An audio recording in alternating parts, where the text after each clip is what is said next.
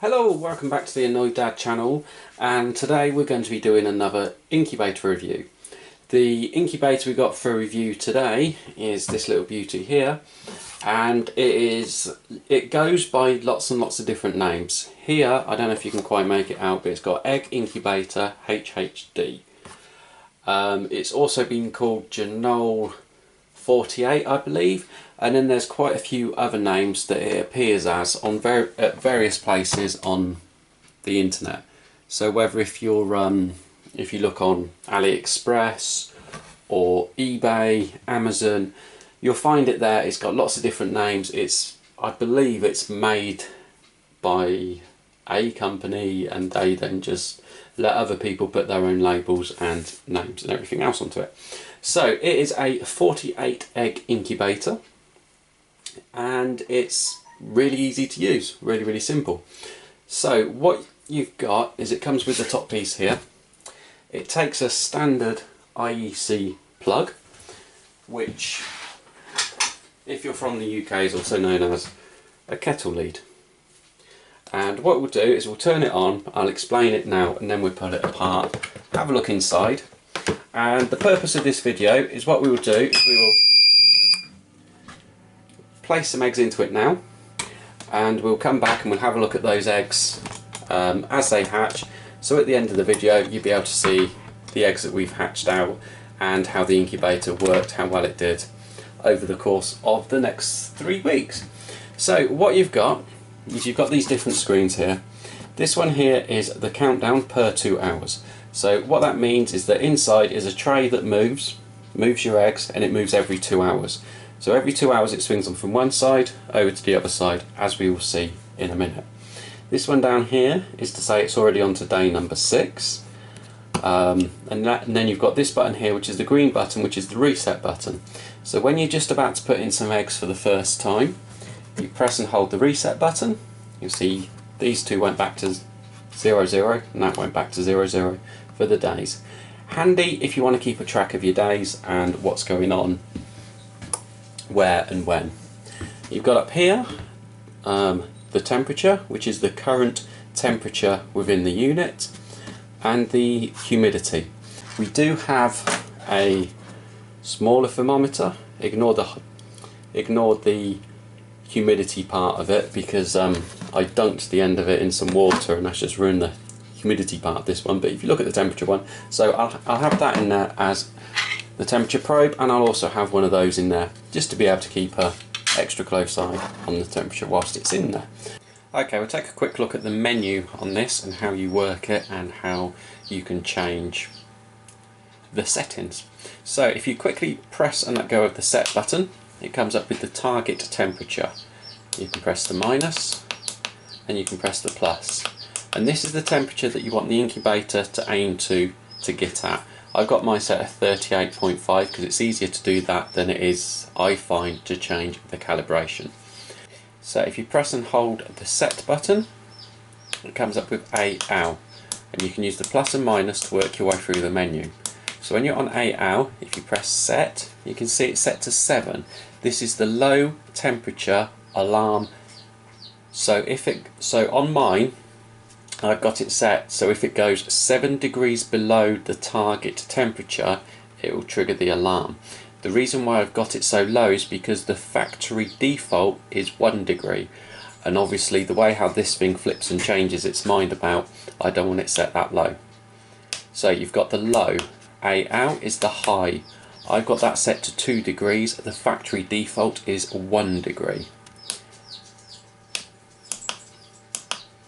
Then you've got AS, which is the low humidity alarm. What percentage of humidity do you want the alarm to go off at? I've turned mine down to 20 because I kept on getting a low humidity alarm when it was going down to 40.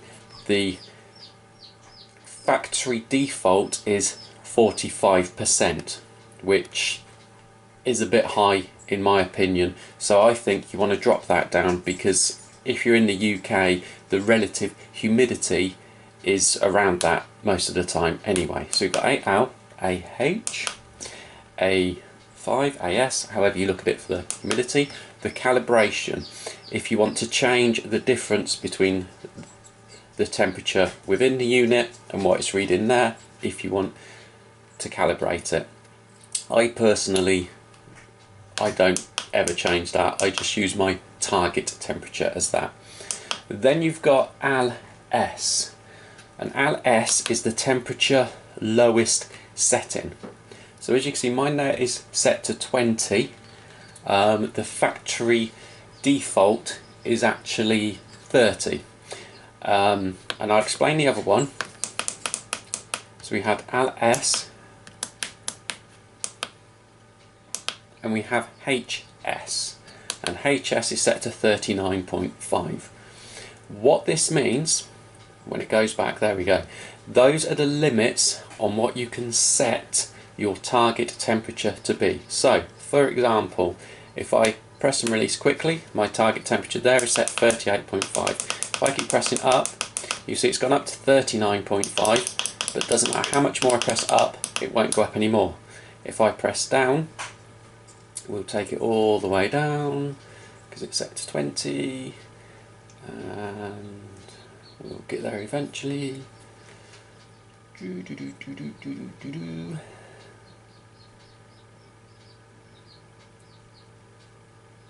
And there you go. You see, I can't go any lower than that at all. So if you have a person who likes to come in and play with the buttons, but they don't know how to get into the settings and how to set that and how to change that, that is where you set the parameters for the target temperature. So yeah, so even if somebody does try to change it, they can't do any damage on it. So that's the menu. The other thing it has is this great big on-off switch, so you're just able to turn everything off. So if we unplug it, I will place a link down below to the instructions if you're really interested in getting all of the alarms and everything else rigged up, set up and worked out. I know there are some people who like doing that sort of thing, but to me it's, yeah, it's a bit of a nightmare. So if we look at the underside, so I've got the control panel bit there at the front, and we're looking at the underside here. We've got a few bits that are of interest. I bring the camera up, there we go. So first up we've got this, which slides into the tray, which is underneath. We've got this one here that reads the temperature, and I believe it's this bit here that reads the humidity. In the middle you've got a nice big fan. Could do with being open a little bit more, but you know, that'll do. But it's nice and easy to clean. If you had an egg which exploded and went and got in between this grill and up in behind everything, it's not that hard just to undo these screws, lift it off and clean it all off. So then if we look inside,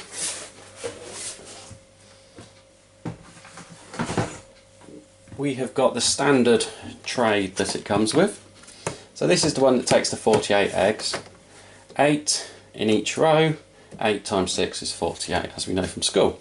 So it plugs into there, and where I was explaining earlier about the 2 hour swing, so it swings them over from one side, and then after 2 hours it pushes them, I can't do it by hand, but it pushes them all the way over, so they're over the other side.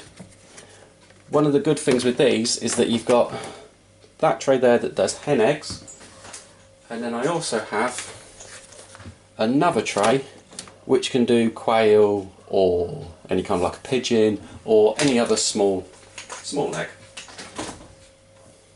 So if we get that one out of the way, there is then, when it comes to the time of lockdown, they would go into the bottom there, and you can see we've got the nice big sheet in there which is small enough that the chicks are able to run across it, but it's large enough that any dirt or anything can fall through. Excuse my dog in the background just having a drink. She's just, well, I've just woken her up because I just dropped something on her head. And underneath we've got all of these little channels that can all take water. There are a couple of drainage holes, so you do need to be a little bit careful, but the drainage holes also allow for airflow through. So what we normally tend to do is, because the ambient humidity where we are is normally around the 40% mark, we don't add any water during the first 18 days of the incubation. We only add it for the last 3 days once they go into lockdown. So what I'm going to do now is I'm just going to load this up with eggs. We've got some light Sussex, we've got some leg bars, and we've got a couple of mixed hybrid eggs as well. So I'm going to load it all up, and then we'll put it all on, put it all together, and then we will see what happens when we come to candle them on day number 10. Okay, so there we go. So that's it with the eggs in. I don't have quite enough eggs to fill it all the way up, but that'll do. One thing I did forget to point out was that just at the front here is a little hole. There's a little hole there, and when I bought it, it came with a little water bottle. So if you need to add more water during the incubation process, then you can just add more water. Mainly used during lockdown, so for day 18 onwards. So all the eggs have gone in there. They've gone in there with the pointy end down, and I'm going to place the lid on it now. And as you place the lid on, you want to connect it up to the turner.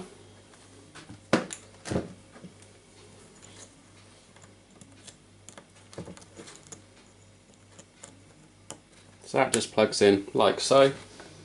It goes over the eggs, and just like that. So what I'm going to do now is I'm going to put this in place, and we will come back when it's day 10. Right, so we're now on to day 18 with this incubator, and everything seems to be going okay. I've literally just unplugged it, and I've brought it over here because it's easier to put them into lockdown here than it is up where I keep it. Everything's been going fine with the incubator. It's given us one low humidity alarm over that time, so we just squirted a little bit of water in through the hole, and it was literally just a little bit of water, maybe 20, maybe 30 mils, and that was just enough just to bring the humidity up to where it likes its alarm limits to be, so that's just over 40%. Now if you've not already seen it, I'm going to place a link up there and also down in the description, because on day number 15 we had an unexpected surprise contained within this incubator. So I'm going to open it up now. Before I place the eggs into lockdown, I'm going to candle them. We did do a candle at day number 10. Now as you know, in this we're using auction purchased eggs, so a lot of the ones which were for the light Sussex were clear. There was one that wasn't clear that was left in, as can be seen in the video in the link. Yeah, an unexpected surprise for everybody there concerned, and especially on day 15. So what we do to place it into lockdown is we turn off the cradle, so we unplug it. That means we can lift the lid straight off. And just for the time being, I'm just going to place it out of the way. It doesn't matter too much if the eggs are in there like this. Now the chicks are already well developed, so the extra couple of minutes that you're just going to leave it whilst you candle them, and then you place them back in, and then you put it back up again, isn't going to matter a huge amount.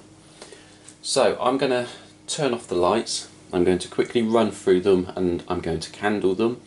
Once I've candled them, I am going to place them back into the cradle for the time being. All will become clear in just a moment's time. But if you're quiet, you can actually hear the chirp, chirp, chirp, chirp, chirp. I'm hoping the camera can pick it up. So yeah, you can see that egg there is pretty solid, so that's definitely housing a well-developed chick that's going to be ready to hatch out in a couple of days' time. Okay, that unfortunately is another dud. You can see with, I don't know if you can see with that one there, let's try to get the camera to focus in. You can see there's definitely something that's started to develop in there around the top, but then unfortunately for whatever reason it didn't carry on, whether if that be incubator issue or not. You can see again with there, damn, that's a little bit of a disaster. So what we've basically got is we've got these ones here which are my ones, and these ones over the far side here which are my ones, and then we're down to 3 of the leg bar which are left. so none of the light Sussex, just through leg bar. Whilst these ones look like leg bar, they're actually leg bar crosses. So I did explain that I would leave them in the cradle there, and the reason being, if I just pull you backwards again, is it just makes this next step a lot easier. I so hope the camera is picking up the little chirps that are coming out of these eggs. So what we're going to do is we're just going to lift everything out of the way, and then lift the entire cradle out with those eggs still in it.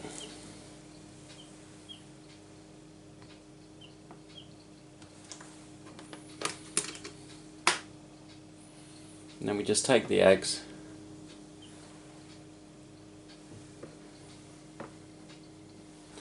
and just lay them into there.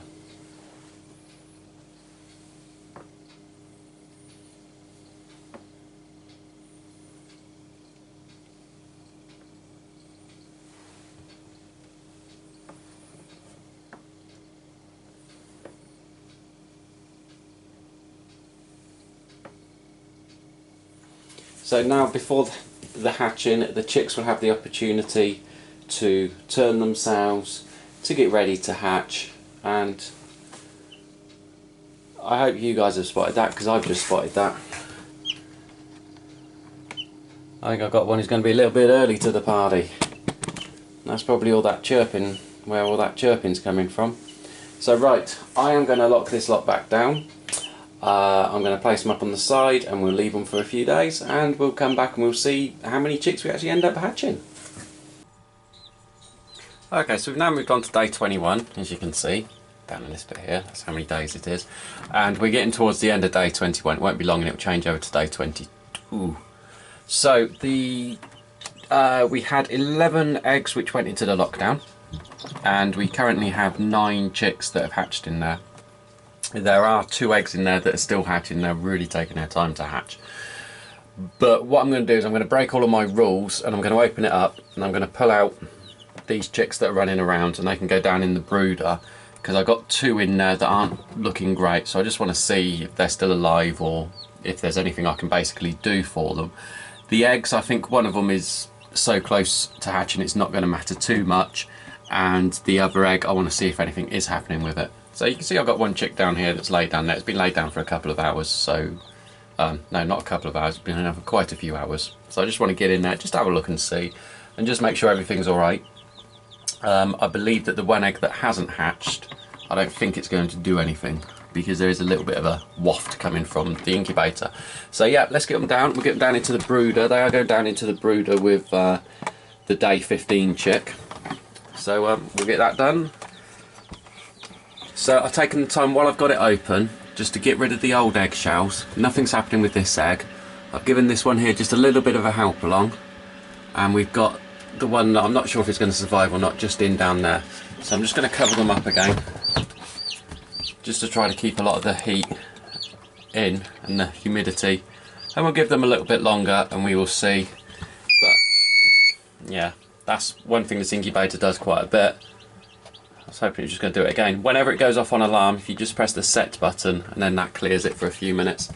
While these guys are down in here, starting to learn to get used to being about. You can see the difference in the height between the day 15 ones and the younger ones, and yeah, when the alarm, just stop. When it goes off, just press the set button and that clears it for a few minutes.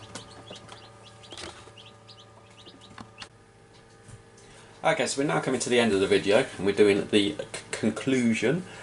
We hatched out 10 chicks in the end.